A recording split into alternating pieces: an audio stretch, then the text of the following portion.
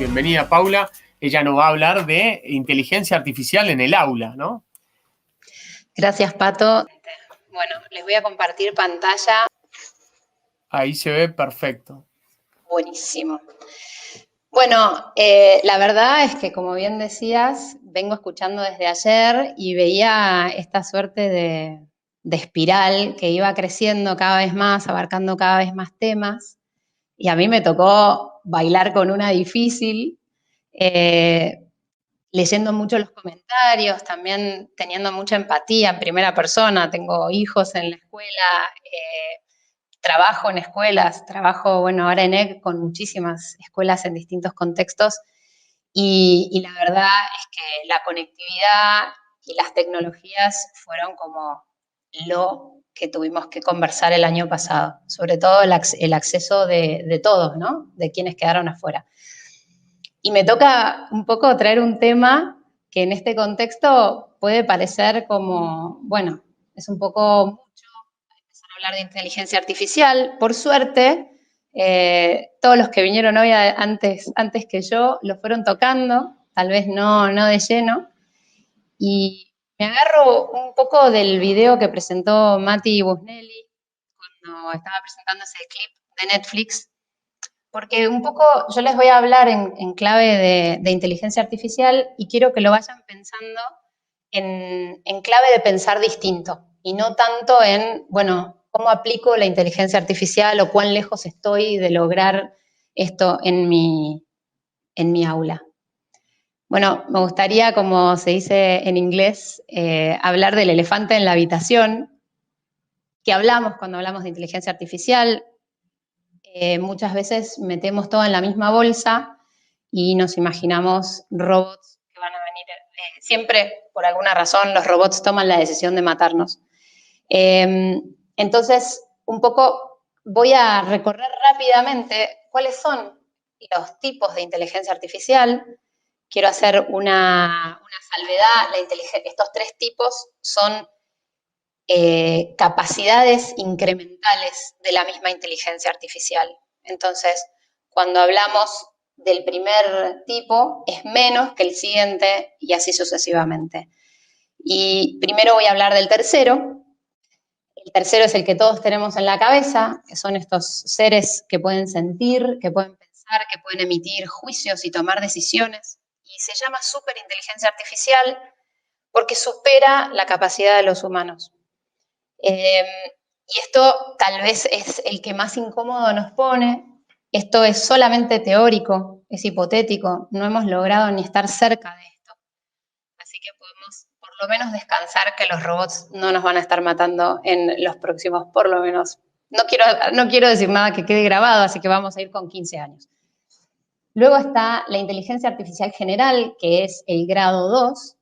Esta inteligencia artificial se refiere a una inteligencia que todavía también es hipotética, pero estamos más cerca de lograrla. Es una inteligencia en la que podríamos decir que equivale a la capacidad humana, pero equivale a la capacidad humana de tomar decisiones y de pensar, no de sentir ni de emitir juicios.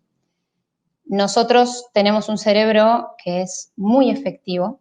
En este pequeño dibujo que hice así a las apuradas, es a nosotros lo que nos lleva a tomar una decisión en un segundo consume 25 watts y hoy la supercomputadora más grande en existencia le toma 40 minutos y 1.200 millones de watts hacer el mismo proceso.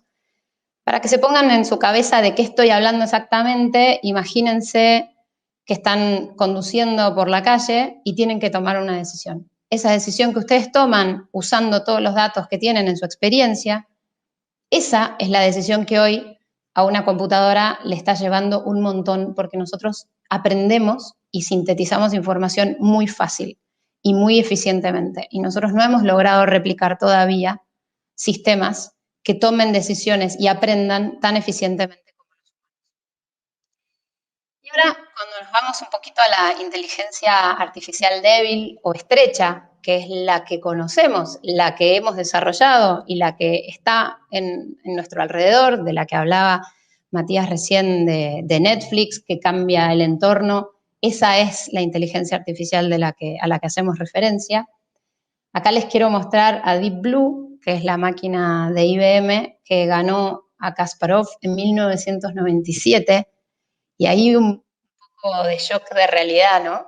Desde 1997 que ya teníamos una máquina que podía resolver un juego de ajedrez mejor que la mejor persona en el mundo.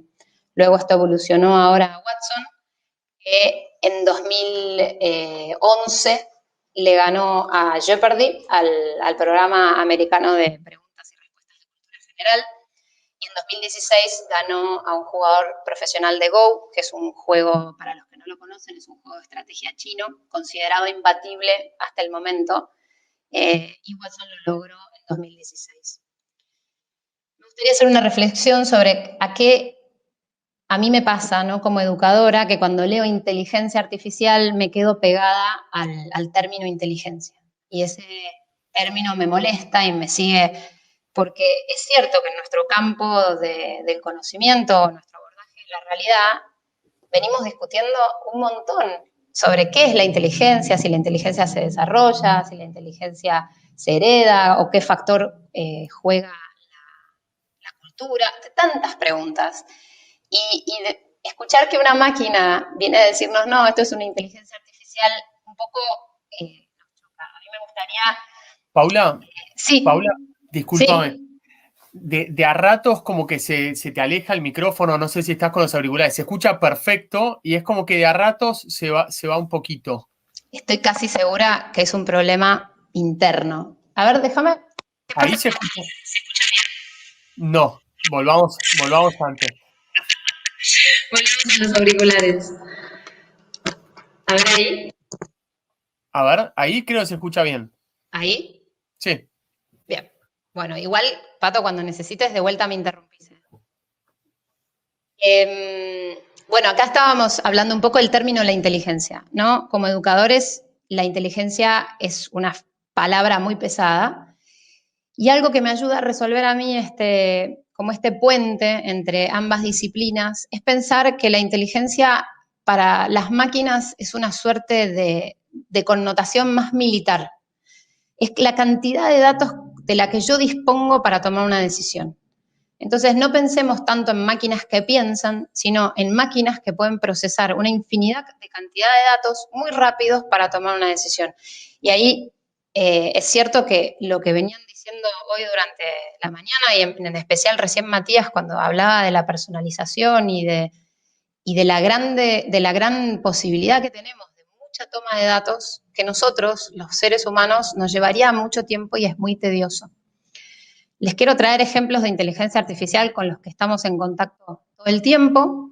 Nuestros asistentes virtuales en los teléfonos lo que hacen es unir grandes bases de datos con nuestros pedidos. Nuestros pedidos tienen varias sintaxis, varias formas, varias idiosincrasias, y lo que hace el asistente virtual es tomar de toda la información disponible y ejecutar de la mejor manera lo que le estamos pidiendo. La mayoría de nosotros tiene por lo menos alguna experiencia traduciendo algo en Google, y los que realmente lo han usado saben que ha mejorado en una forma abismal. Yo hace un montón de años, me acordaba recién cuando venían contando sus experiencias como docentes, me acordaba cuando yo enseñaba inglés y mis alumnos traducían con Google y yo me daba cuenta en 2 minutos. Como Matías lograba engañar con Encarta, a mí mis alumnos no me engañaban con Google Translate. Y ahora tengo mis dudas, porque están haciendo un trabajo excelente de captar las sutilezas del lenguaje. Aún le queda un montón por hacer, y esto me lleva al siguiente punto.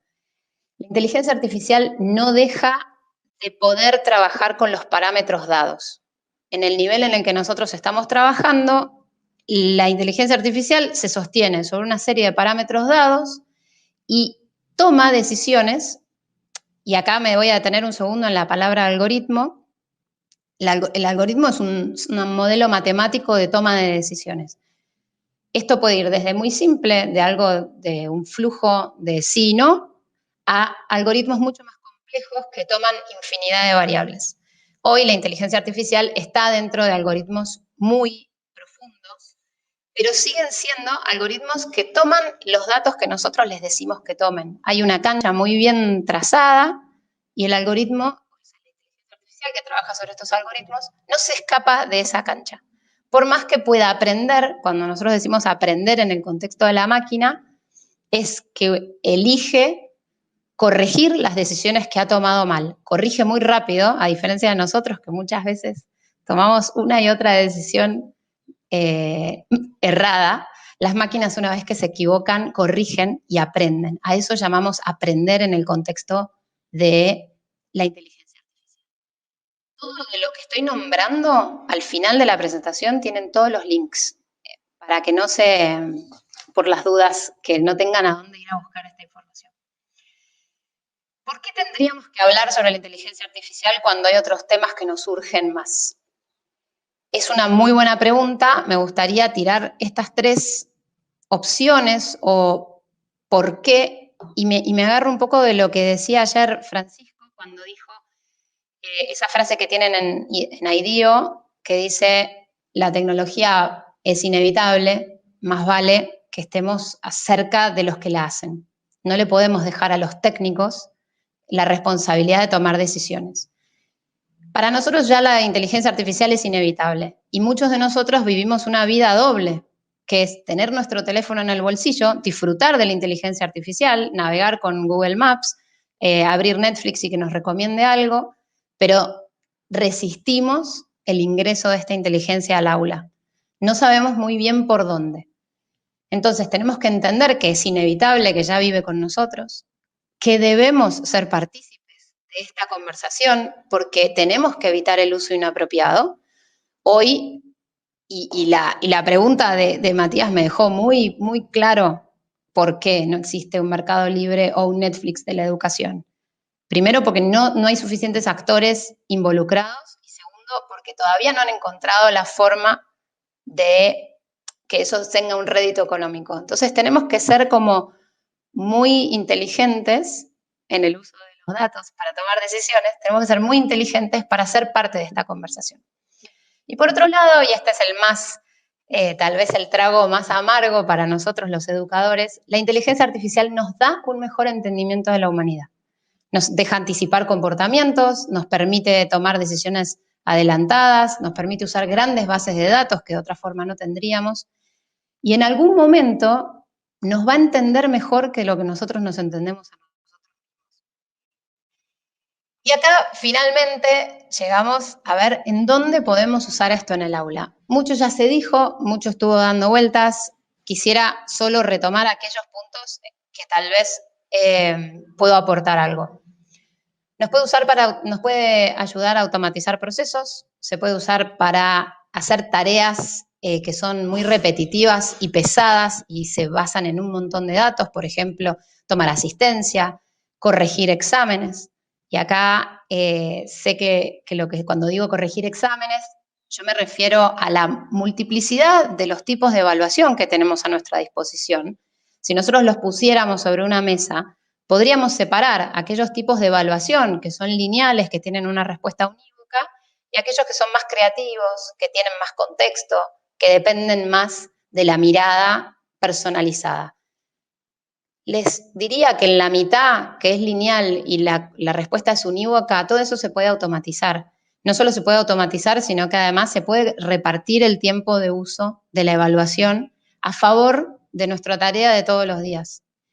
Y en la personalización adaptativa del aprendizaje, acá hay muchos esfuerzos hechos para generar entornos lúdicos, personalizados, en donde los alumnos pueden, por ejemplo, también lo puse en las referencias, hay una experimentación ahora, un piloto de Google que se llama Read Along, que empezó en India y ahora ya está disponible. A partir de la pandemia hicieron una aceleración en ese programa.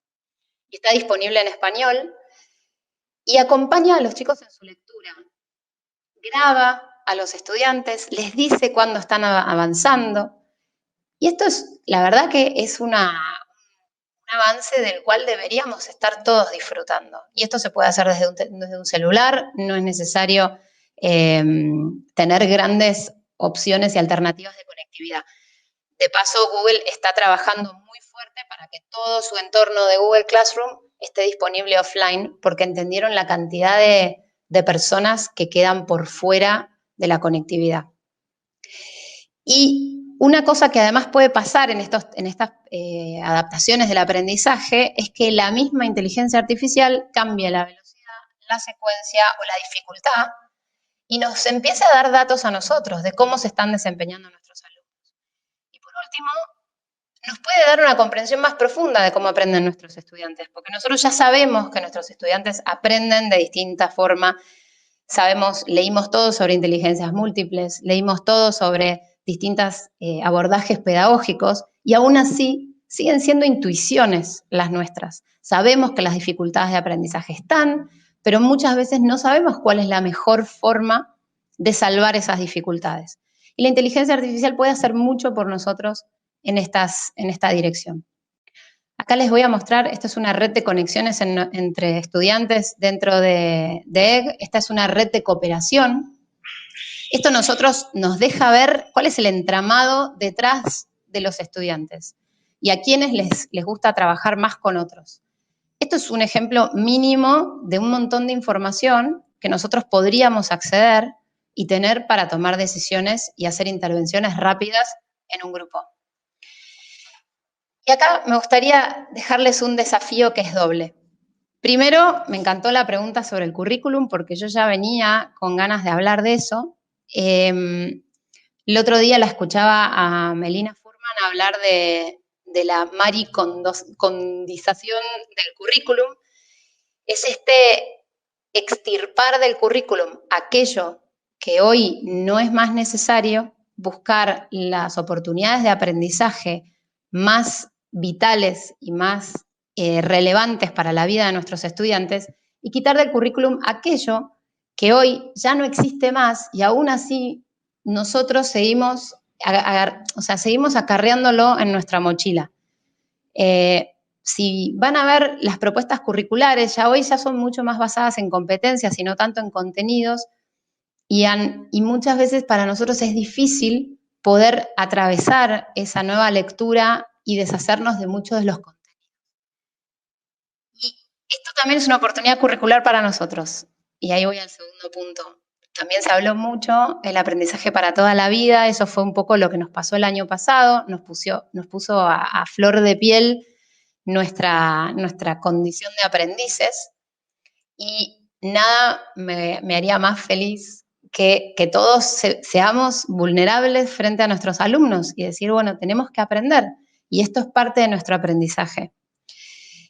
Y algo de lo que nos puede llevar a aprender de la inteligencia artificial y del pensamiento computacional y un poco de todo lo que estoy hablando es a tener mejores preguntas. Y también a internalizar en el currículum las preguntas que vienen del mundo del pensamiento computacional. Me atrevo a dejarles una propuesta. Este es el curso de Introducción a las Ciencias de Computación de Harvard. Está disponible en forma gratuita.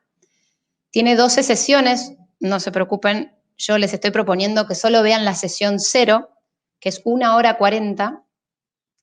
Es como si fuera el equivalente a uno de los días de este congreso y se pueden llevar, es un curso que está disponible en 52 idiomas y se van a llevar el mínimo y el total que ustedes necesitan para pensar cómo todo esto los atraviesa en cualquier dimensión curricular, en la literatura, en la creación humana de cultura, en cómo piensan las máquinas y cómo podemos nosotros nutrirnos de esa información. Se los dejo por si quieren, no necesitan ningún conocimiento previo y lo pueden tomar alumnos, estudiantes a partir de los 12, 13 años. Así que se los recomiendo o para ustedes o para trabajar con sus alumnos. Y finalmente a mí me resonó mucho esta frase que Jeff Bezos dice al final de su libro, este es un libro de hace unos poquitos meses, que dice, aquello a lo que nos resistimos o tememos probablemente sea el futuro. Y me resonó mucho en cómo hemos transitado, ¿no? Como educadores, todo lo que nos viene pasando. Y como en la charla de apertura de hoy, que venimos hablando de innovación hace tanto tiempo y nos cuesta tanto. yo no creo que... Me parece que estamos nosotros atravesando un momento en el cual debemos hacer carne que nos estamos resistiendo a mucho de lo que ya está pasando en nuestra vida de todos los días y nos cuesta mucho llevarlo al lugar que ocupamos laboralmente, a nuestro lugar de vocación, que es el aula y que es estar ahí con nuestros estudiantes. Así que me encantaría que de acá, de estos 2 días increíblemente profundos y optimistas, que propusieron Logos y Barky, salgamos a pensar qué mejores preguntas tenemos, qué es el futuro para cada uno de nosotros, en cada uno de nuestros contextos, y qué es lo que podemos hoy dejar entrar al aula. Así que bueno, con eso los dejo, les agradezco un montón, y lo que necesiten, aquí estoy para preguntas. Buenísimo, Paula, la verdad, un gusto. Es un tema súper interesante desde muchas áreas, ¿no? Desde muchas ópticas y que sin duda a todos nos resuena emocionalmente también, ¿no? Desde digamos, la más básica inquietud de decir, bueno, pero esto que vos me decís me va a reemplazar como profesor, me va a dejar sin trabajo, hasta las distopías que también nos pinta Hollywood con escenas tipo películas más viejas como Yo Robot o cosas más nuevas, ¿no? Entonces, varias de las preguntas que llegaron en el chat vienen en ese sentido, ¿no? En el sentido de lo que vos hablás, de la personalización del currículum o de la adaptación a los diversos entornos culturales de nuestros alumnos, ¿sí? Ahí Felipe Armando González pregunta eso, ¿no? Dice que él tiene una concepción o le viene a la mente la inteligencia artificial como algo muy estructurado y para el proceso de enseñanza-aprendizaje es complejo por la diversidad de alumnos que tenemos, ¿no? Sin embargo, yo creo que vos lo planteaste como una oportunidad, al contrario, ¿no? Por ahí podrías... Si quieren, abro un poco más ahí, hago doble clic ahí. Hay mucha parte del aprendizaje que es más lineal. Justo ayer la escuchábamos a Flor hablar de la lectoescritura y me imagino que hay mucha... Yo con esto no estoy de ninguna forma diciendo que la lectoescritura debe ser aprendida en computadora, pero hay mucho del proceso de lectoescritura que es lineal. Es poder cumplir con una forma, poder cumplir con una... con un... Si esto pasa, esto está bien. Y en ese trabajo hay un montón que las máquinas nos pueden alivianar y además ayudar a los chicos, porque muchas veces nosotros tenemos 20, 30, 35 alumnos en nuestra clase y el estar siguiendo el desarrollo de cada uno de ellos en forma individual se nos hace muy pesado y muy difícil. Y esto no quiere decir que no lo hagamos. Lo que podemos pasar es que le dejemos parte de ese trabajo a la inteligencia artificial, que son esas porciones del aprendizaje, no el aprendizaje más, si bien existen formas de que el aprendizaje más complejo también esté abordado por la inteligencia artificial, imagínense que se está usando para entrenar cirujanos. Entonces, les quiero llevar un segundo a un lugar en donde no estamos tan emocionales. Un cirujano, un equipo de cirujanos entrena un robot para realizar una cirugía y luego ese robot aprende la mejor forma, el mejor abordaje y un montón de cirujanos son entrenados. Eso no reemplaza la decisión humana del caso particular que tenemos frente a nosotros. Entonces, el dato no reemplaza, esto es algo que siempre hablamos en EG cuando trabajamos con escuelas, el dato no reemplaza el conocimiento de nuestros alumnos. El dato sostiene. Entonces, en lugar de estar basado en mis percepciones, yo puedo tener datos. Entonces, hay programas, bueno, de lectura, de escritura, de matemática, que yo puedo usar, están disponibles online. Los chicos pueden hacer muchísimos ejercicios ahí. Yo puedo tener ese dato y luego ir a trabajar sobre el dato. Sobre Martín, que se trabó en el nivel 3. Sobre Sofía, que llegó al nivel 11 y nunca pidió ayuda. Entonces yo puedo ir, pero mientras tanto, la experiencia de mi alumno es que hay un ecosistema que le va enseñando a él o a ella, nada más que a ellos. Entonces, no me tengo que quedar quieto porque no entiendo o porque entendí muy rápido. Y me piden que espere. en este momento puedo hacer mi propio recorrido. Ya hay otros momentos en donde todos nos sentamos y hacemos lo mismo, pero hay muchos momentos, que es un gran porcentaje que podemos aprovechar, en el que nuestros alumnos pueden ir recorriendo sus propios trayectos. Tal cual, creo que es una buena, bueno, como anticipamos, es una buena costura de lo que venimos hablando en estos 2 días, ¿no? Agustina ayer hablaba de un desarrollo integral y personalizado de cada chico. Matías Scotti hablaba de Netflix y eso, ¿no? Cómo usar los algoritmos justamente para que cada uno vaya avanzando, digamos, con su ritmo, con sus intereses. Creo que está bueno esto que decís y que aclara la pregunta de Carolina, que preguntaba justamente eso, ¿no? Si nos va a reemplazar o podría llegar a reemplazar el trabajo docente o cómo sería, digamos, la interacción. Y creo que ahí aportaste un poco de luz a cómo ver, cómo apoyarnos, ¿no? Te paso a otra pregunta, si se quiere, por ahí un poco más amplia, sobre la inteligencia artificial y esto que hablabas antes como de la carga que hay, de la inteligencia y la inteligencia artificial, la inteligencia humana. ¿La inteligencia artificial nos hace más humanos? Pregunta Alcides González, ¿no? ¿Va a recaer en mí toda la humanidad de esta pregunta? Puedo dar mi opinión, ¿no? No, de ninguna manera estoy capacitada para responder con autoridad esta pregunta. Lo que pienso es que tiene algunos alcances de entendimiento que nos deja ver más nuestra humanidad. Y me voy a agarrar del ejemplo de Netflix. Empezamos a ver en el espejo que nos devuelve la inteligencia artificial esbozos de quiénes somos. Y puede ser que eso no nos guste y que nos resistamos y digamos, pero yo no veo siempre películas de terror. ¿Y por qué Netflix piensa que yo veo siempre películas de terror? Y hay algo ahí de la disociación que muchas veces tenemos entre quiénes somos y quiénes percibimos que somos. Quiénes somos en efecto con nuestra sucesión de decisiones y de actos diarios y quiénes nosotros percibimos que somos. Y la inteligencia artificial no toma muchas decisiones porque no es capaz. Entonces toma solo aquel dato que nosotros dejamos como si fuera Hansel y Gretel en el medio del bosque, va tomando las migajas que nosotros dejamos.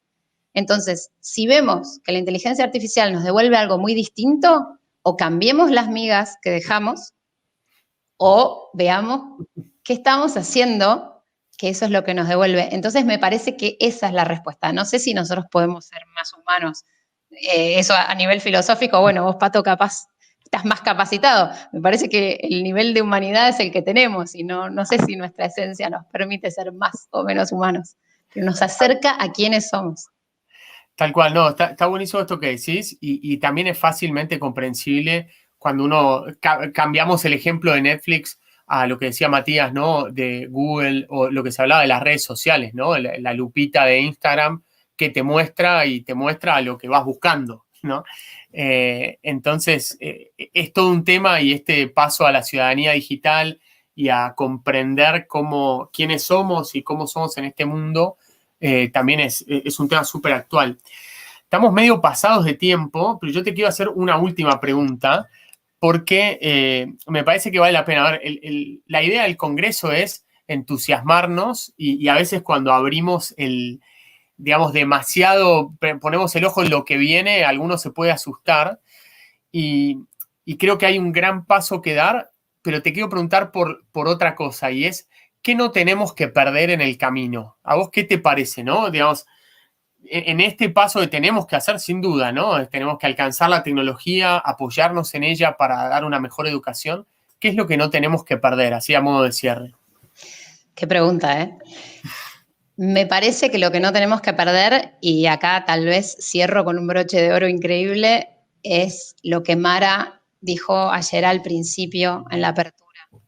Parece que no tenemos que perder que cada uno de nuestros artificios o nos agarramos de vagoncitos que llevan lo que nosotros hacemos y ayudan a que otros sean transportados en esa dirección. Estas son las tecnologías, los dispositivos. Me parece que siempre tenemos que errar del lado del bienestar, del lado del cuidado y del lado del propósito. usar por usar no sirve. Usar por usar es llano y superficial y no cumple. Lo que nosotros tenemos que hacer es ser muy críticos en que lo que usemos sea para el bienestar y el beneficio de nuestros alumnos y el nuestro. Pero a veces, y acá me voy a poner un poquito, tal vez un poco dura, a veces el sistema está diseñado para que la pasen bien los que están dando clase, que esté ordenado el currículum, que esté los niños bien sentados. Y lo que va hacia que el niño sea el centro de la clase, que sea el centro del aprendizaje, nos desplaza un poco. Entonces, tal vez, si me dejás dejarlo ahí, yo erraría del lado de aquellas cosas que dejan que los estudiantes sean el centro del aprendizaje. Está buenísimo. Muchas gracias, Paula. Esto que decís me hace pensar en las experiencias que hemos tenido con distintas capacitaciones, por ejemplo, en ABP, ¿no? En Integralis acompañamos escuelas cuando se animan a dar ese paso de poner al alumno en el centro. La verdad que es tremenda la experiencia enriquecedora para todos, ¿no? No solo para el alumno, sino también para los docentes. Paula, muchísimas gracias. Un placer escucharte. Y como dijiste, fue un broche de oro para este congreso. Muchas, muchas gracias.